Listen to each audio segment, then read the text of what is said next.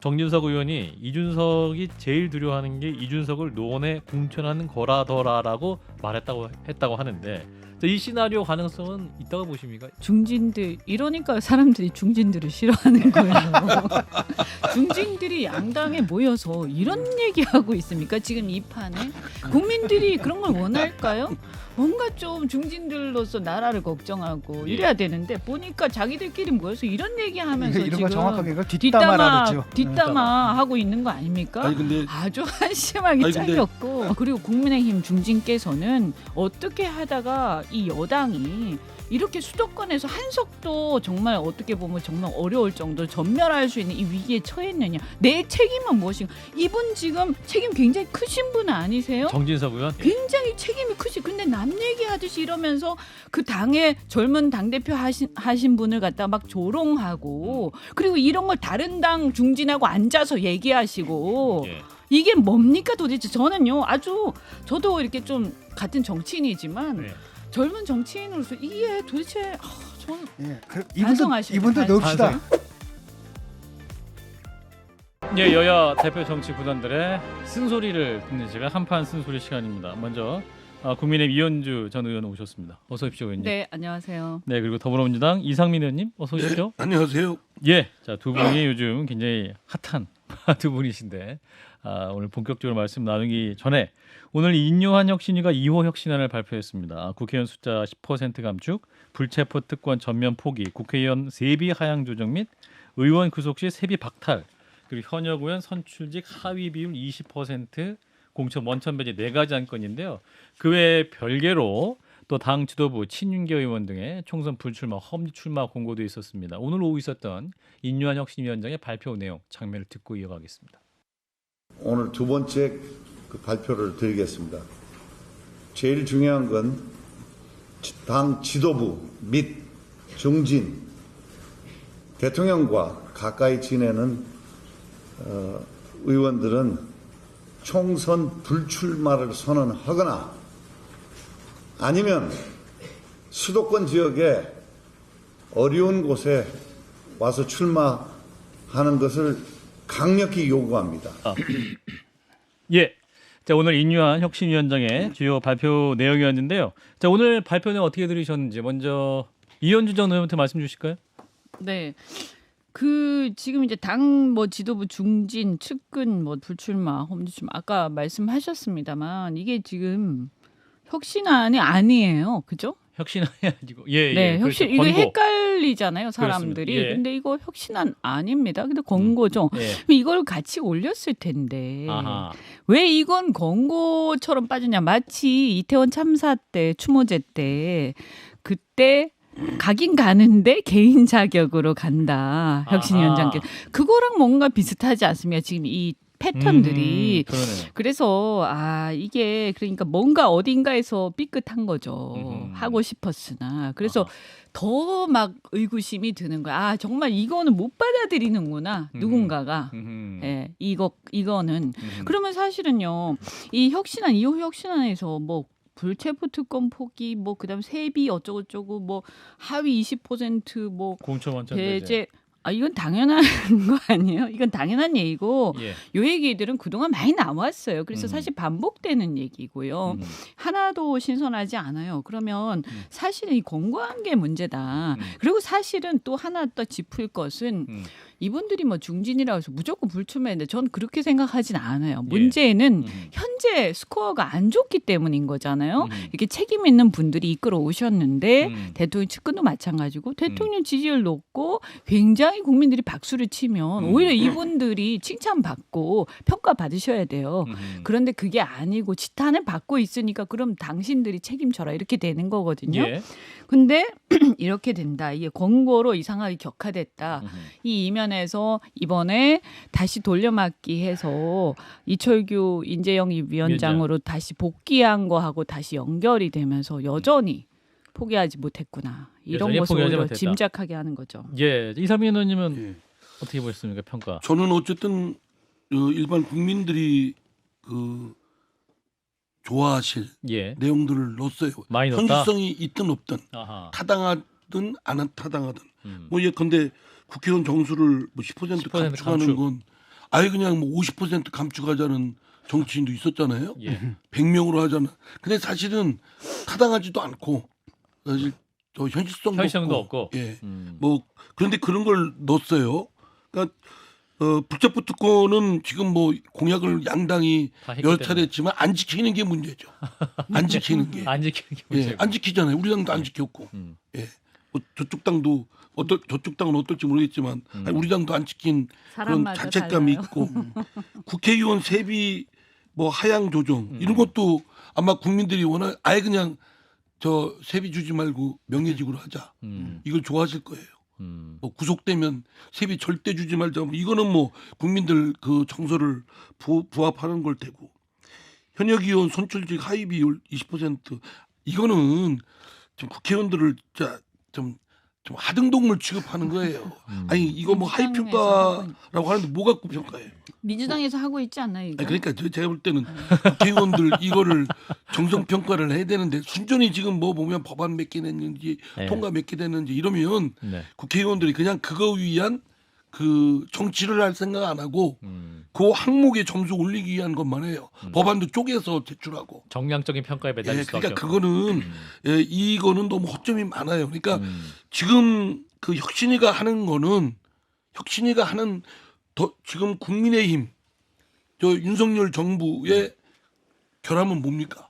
윤석열 대통령의 1인 체제잖아요. 예. 그러니까 윤석열 대통령 1인 체제에 국민의힘이 끽소리도 못하고 맹종하고 있는 부분이잖아요.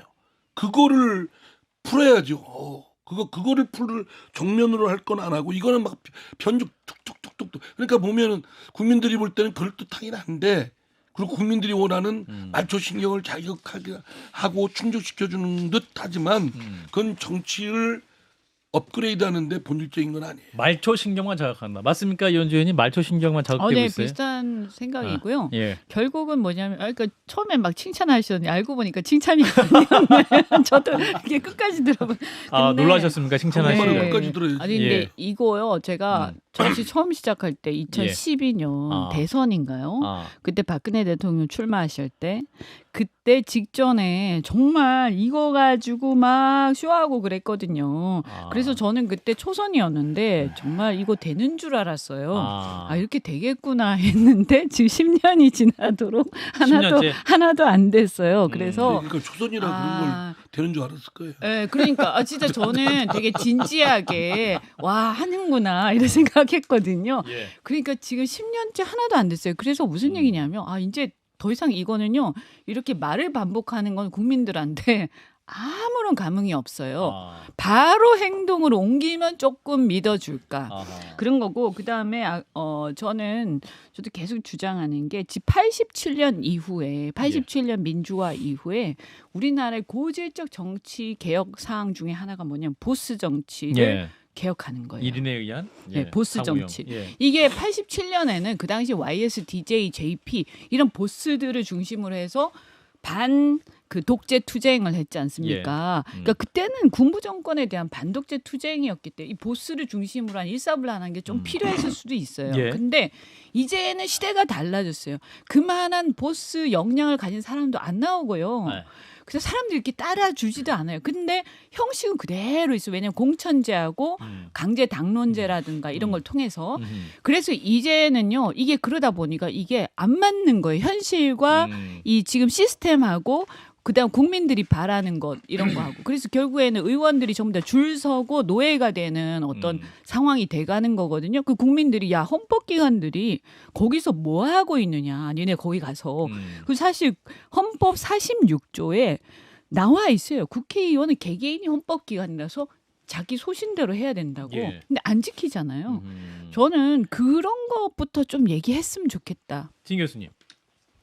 오늘 또 2차 일단은 혁신이 문제는 평가. 뭐냐면 이거거든요. 지금 우리가 그 국힘의 혁신하는 국힘의 혁신안이잖아요. 의회 제도의 혁신안이 아니거든요. 예.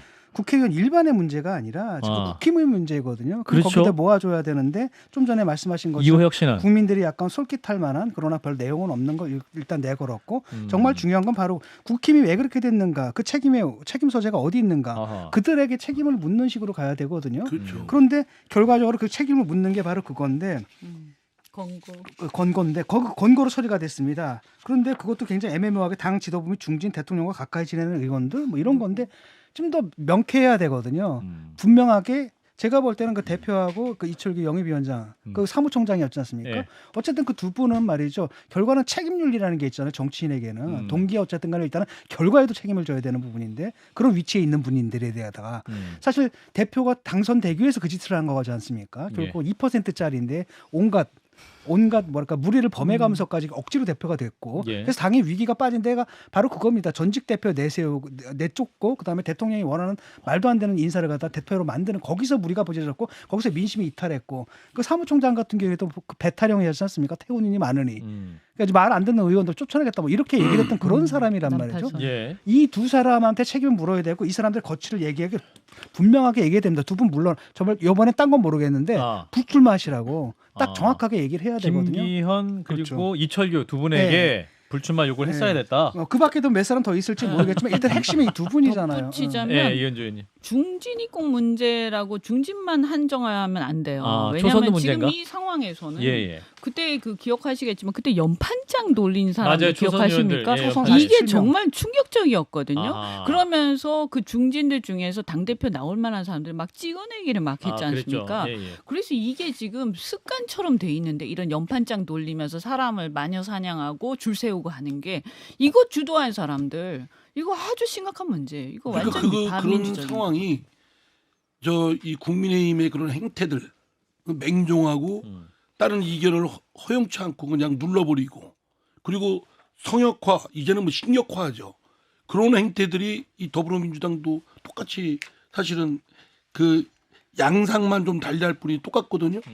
그러니까 그런 사람들, 그러니까 초선이든 중진이든 맹종하고 또는 맹종하는데 앞장서서 또는 그 비판 세력에 대해서 비판하는 사람에 대해서 린치가 하듯이 하는 사람들을 쳐내야 돼요. 근데 쳐내지 않으면 혁신이 이루어질 수가 없죠. 쳐내기도 참 쉽습니다. 왜냐하면 이분들이 연판장에 서명을 했거든요. 그러니까 명단이 그대로 있어요. 이걸 그대로 쳐내야 되는데 누가 이거 그냥 주도인지도 그때 다 그 나옵니다. 기사 보면 다 그냥 나와. 그대로 다 적용하면 나오죠. 되는 거거든요. 이분들은 공천 주면 안 되는 거예요. 저는 기본적으로 이 혁신안은 정치 혐오에 기대고 있다고 생각합니다. 입법부 전체, 국회 전체 예산이 1년에 7천억 원 정도 돼요. 예. 우리나라 전체 예산의 0.1% 수준이고 여기서 30명 쳐낸다 그러면요.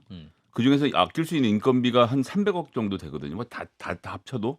그러면 그 예산으로 뭐 돈을 얼마 아끼는 것도 아니고 의원 숫자가 줄어들면 의원 만나기만 힘들어지고 당선된 사람들 콧대만 높아지는 것 외에는 달라지는 게 없습니다. 뭐 독일은 뭐 비서가 4명인지 3명인지 자꾸 따지는데 독일 기준으로 하면 우리가 480명이어야 하고요. 자전거 타고 다니는 덴마크 기준으로 800명까지 늘리면 됩니다. 생각해 보시죠. 국회의원 800명쯤 되면요. 길에 가다 채는 게 국회의원 될 거거든요. 그럼 국회의원의 권위라는 게 존재할 수가 없고 자기가 일 다 할 수밖에 없고 비서 한 명 두고 일을 할 수밖에 없어요. 근데 의원 정수를 줄이는 거랑 국회의원의 이런 상관관계가 없는데 그냥 꼴 보기 싫은 사람들이니까 내치자는 정도 하는 것이 문제고 그다음에 아까 뭐 당의 보수 정치를 말씀 많이 주셨는데 왜 그러냐. 현역 국회의원은 4년 내내 선거운동을 하는데 등장한 신인은 딱 180일만 할 수 있고 그 180일 기간을 벗어나서 제가 출마하려고 한다고 동네에서 말하면 선거법 위반으로 잡혀갑니다. 제가 여기서 미래 비전에 대해서 어떤 생각을 한번 가지고 있는 중인데요. 이렇게 말해야 되거든요. 이렇게 모든 걸 묶어놓으니까 당대표 앞에 가서 제가 당대표를 얼마나 사랑하는지를 설명하거나 아니면 공천을 하는 사람에게 얼마나 가까운지를 임팩트 있게 보여주는 거 말고는 당선이 되는 구조가 안 만들어지니까 지역에서 정치인들이 정치할 수 있는 공간을 묶어놓으니까 당 지도부의 눈치를 볼 수밖에 없게 되면서 모든 문제가 생기는데 근원적인 문제는 건드리지 않고 계속 딴 얘기만 하고 있는 게 아닌가 싶어요. 그리고 이상민 의원님. 예. 국민들이 원하시고 정치가 해야 될 일은 제대로 잘하는 거잖아요. 그렇죠.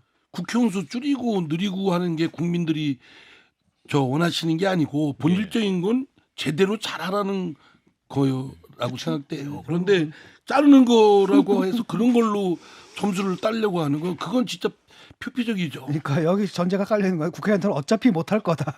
그러니까 싶은데 그러면 아예 없애는 게 낫죠. 아예 없애라. 아예 이러면. 없애고. 아니 그리고 국회라는 게 예. 이 희소한 자원을 예. 어떻게 하면 배분하는 배분을 것이냐. 하는 거잖아요. 그런데 그럼 결국에 그 역할에 있는 거거든요. 근데 예를 들어서 300명이 하던 거를 100명이 하게 되면요. 국회의원 1인당 권한은 더 세지는 거예요. 그래서 이거를 숫자 줄이는 게 이게 사실 권한을 내려놓는 게 아니고요. 1인당 권한은 더 강화되는 거예요. 여기에 함정이 있거든요. 예. 이런 걸 좀 생각해 봐야 돼요. 물론 비용을 전체 비용 총 예산을 줄이는 거는 그건 해볼 수 있다고 생각을 해요. 너무 이렇게 총 예산이 너무 근데 크다. 어쨌든 이번 그 강서구청장 보궐선거에 국민의힘이 후보가 참패함으로써 예. 윤석열 대통령의 국정 기조를 대전환하라. 국민의힘이 지금까지 윤석열 대통령의 그런 국정 민심하고 동떨어진 민심에 이반된 그런 것까지도 맹종하고 끽소리도 못한 부분. 예. 뭐 이거를 민심을 제대로 전달해서 바로잡는 노력을 해야 되는데 못한 부분이잖아요. 그걸 바로잡는 노력을 해야 됩니다. 예. 근데 지금 자꾸 다른 것만 지금 툭툭 건들고 그러니까 가려운 데가 따로 있는데 자꾸 그냥 다른 쪽만 긁어대니까 아하. 더 기분 나쁘지. 더 기분 그러니까 나쁘다. 혁신의 국민의힘의 혁신의 이 본질이 뭐냐, 핵심이 뭐냐 사실 다 알고 있어요. 다 알고 일단 있는데. 1번은 대통령이시고요. 모르는 것 응? 같은데. 2번은 그 대통령을 당이 견제를 하든 어떻게 하든 예. 뭐 선을 긋든 어떻게 해라라는 거예요. 그런데 사실 지금 뭐 그거는 이상하게 자꾸 회피하면서 변죽을 계속 울리고 있어요. 아까도 말씀드린 것처럼 이태원 참사 추모 대회도 가기는 가는데 대통령이 오시라고 얘기를 해야 되는데 그게 아니고 혁신위원장 개인 자격으로 가면서 추도사도 못 하시고 어정쩡하게 약간 어정쩡해요. 지금 이것도 뭔가 알기는 아는 것 같아. 국민들이 뭘 원하는지. 아니, 모른다니까. 내가 그런데 차마 말을 직설적으로 할 수가 없고 또 이것을 정식 혁신안으로 올리자니 뭔가 눈치가 보이는. 그러면 벌써부터 이런 상태라면 이게 예. 제대로 실행이 되겠냐라는 거죠. 일단 저는 거기에 걸렸다고 봐요. 일단은 그 김기현 대표가 어떻게 행동하느냐, 그다음에 이철규 이분, 그러니까 요구를 갖다 분명하게 정식화해야 되거든요. 그 진정성은 뭘로 보는 딱 둘이다. 이 두 분의 거취 여기서 봐야 된다. 이렇게 딱 걸어놔야 되고 압박을 해야 되는 것이고요. 예. 또 다른 한편은 아까 말씀드린 건 초선 의원들 있잖아요. 절대 주면 안 되거든요. 바로 이 사람들이 당을 망쳤던 그 사람들이라는 거예요. 모든 초선 아니고 연판장에 연판장에 들어갔던 사람들이 47명. 거의 대부분이죠. 뭐. 네, 47명인데 음. 그때 어휴. 주도한 사람들이 딱 예. 이름이 보도에 다 나와 있어요. 예. 그때 막 자랑스럽게 얘기했지. 그렇죠. 그렇지. 놀랬던 거는 세상에 그걸 3시간 만에 그걸 모아요. 어. 친구들도 그렇게 못 모으거든. 야, 예. 그리고 하여간 낙인 찍고 낙인 찍고 그리고 이제 아주 집단 린치가 하고 배제하고 뭐 심지어는 혐오적인 표현을 써서 뭐 그렇게 하고 뭐 이렇게 국민의힘이 그런 걸 해내면 예. 아마 민주당한테도 그것이 파급 효과오고 그런 것들이 민주당에도 이제 그 좋은 쇼크가 될 거라고 봐요. 그래도 하나는 뭐냐면 이게 별 내용이 없다 하더라도 일단 외형적으로 보면 그래도 국힘은 뭔가 좀 하고 있다는 느낌은 들거든요. 그렇죠. 또 하나는 뭐냐 민주당은 뭐 하고 있느냐라는 거죠. 조용하고 있죠. 조용하고 있죠. 평온합니다.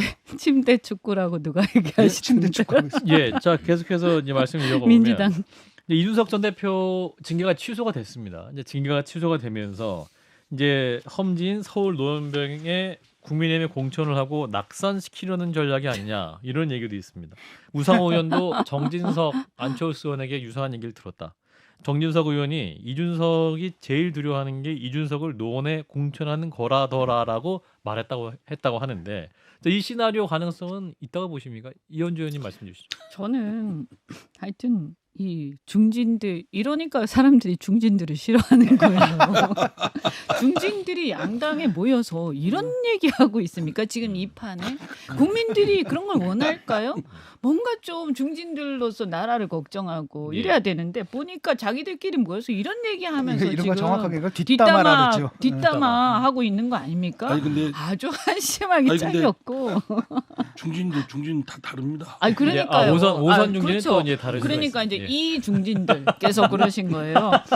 그리고 지금 이게 본질이 아니지 않습니까? 노원 그렇죠. 이런 문제. 예를 들어서요. 노원이 왜 어려워졌죠? 국민의힘이 원래 잘하면 어려울 리가 없잖아요. 그럼요. 근데 못하니까 지금 어려워진 거. 이게 노원만 그런 게 아니라요. 사실은 서울에 정말 강남 일부를 빼고는 강남 맞아요. 일부도 힘들어요 지금. 아. 아니 이번에 그 저기 보궐선거의 결과를 보면 마이너스 15 내지 20이거든요. 예. 그 지방선거 지난번에 득표해서 예. 그걸로 딱 적용해서 보면요.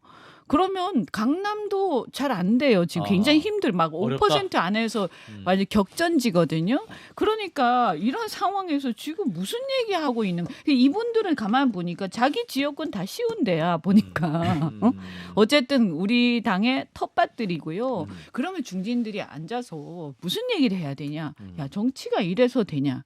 나라가 이렇게 가서 되냐? 그리고 국민의힘 중진께서는 어떻게 하다가 이 여당이 이렇게 수도권에서 한석도 정말 어떻게 보면 정말 어려울 정도로 전멸할 수 있는 이 위기에 처했느냐. 내 책임은 무엇인가. 이분 지금 책임 굉장히 크신 분 아니세요? 정진석 의원? 네. 예. 뭐 하셨잖아요. 뭐 비대위원장인가도 하시고 예, 하셨어요. 예. 굉장히 책임이 크시. 근데 남 얘기하듯이 이러면서 그 당의 젊은 당대표 하신 분을 갖다 막 조롱하고 그리고 이런 걸 다른 당 중진하고 앉아서 얘기하시고 예. 이게 뭡니까 도대체. 저는요 아주 저도 이렇게 좀 같은 정치인이지만 예. 젊은 정치인으로서 이게 도대체 저는 예. 반성하셔야 이분도 돼요. 넣읍시다. 아까 이분도 넣읍시다. 아 불출마. 정말 불출마. 이거 하나를 보면 이 저희가 사고방식을 알 수가 비대위원은 아니 있어요. 저희가 혁신위는 아니긴 한데 혁신에게 권고할 수 있도록 자 김성애 소장님은 일단 그렇게 하시면 박수현 전 의원이 박수는 치겠네요. 저는 이 문제는 그러니까 실제로 김성환 의원이 노원구청장 출신이고 삼선했고 동네에서 바닥이 아주 탄탄해요. 노원병에서. 예, 이준석 대표가 도전하기 쉽지 않은 것은 맞는데 예. 그게 뭐 산술적으로 따질 문제도 아니고 예. 게다가 민주당이 절대 불안해해야 하는 것은 2021년 이후로 단 한 번도 서울에서 이겨본 적이 없습니다. 뭘 제대로 선거를 한 적이 없어요. 계속 좋았는데 지금 윤석열 대통령에 대한 심판 여론이 높으니까 민주당이 서울에서 이길 수 있다고 생각하면 좀 큰일이라고 생각하고 지금은 말 그대로 최대한의 긴장을 높여서 어떻게 혁신을 해서 이 돌아서 있는 서울 시민들의 마음을 돌릴 것인가. 두 가지 요인데 첫 번째 집값이 높아져서 기분이 나쁜 분들이 있고 집값이 높아져서 이미 중산층들은 다 경기도로 나가고 남아있는 분들의 자산이 더 올라가서 국민의힘에 대한 지지율도 높아진 상태거든요. 예. 그런데 노원의 이준석 대표가 나가면 무조건 안 될 것이다. 이렇게 안심할 수 있는 문제는 아닌 것 같습니다. 자 윤석 전 대표가 계속 나오고 있습니다. 그래서 이제 홍준표 대구시장도 이제 징계 취소된 다음에 또 굉장히 기분 나빠하시는 가운데 이제 이준석 전 대표 신당 가능성을 높게 보고 있습니다. 비례정당만 만들어도 내년에 정의당보다 의석수 많을 것이다. 나아가서 차기 대선에 캐스팅 보조도 될 수 있다. 이런 말씀도 하는데 반면 최재성 전 수석은 저희 김현정의 뉴스에서 이준석 신당 가능성 제로다. 선대위원장급으로 화려하게 복귀해서 대구로 내년에 출마할 것이다.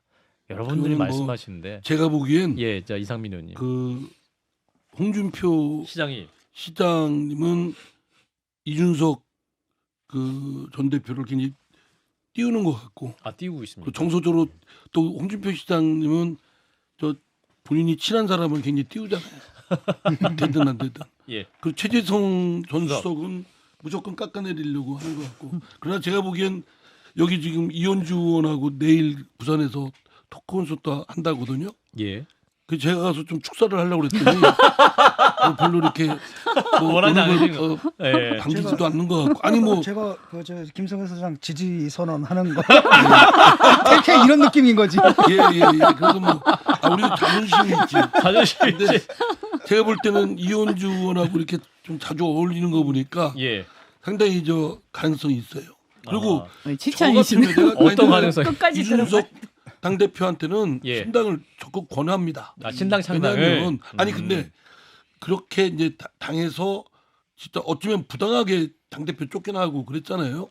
그런 당에 정례미를 붙인다는 게 그건 웬만한 쉬운 일은 아닌데 그러면 저 빨리 저는 이걸 미적미적대고 이렇게 할까 말까 신당 그 소문을 김을 모락모락 내는 건 국민에 대한 도리가 아니라고 봐요.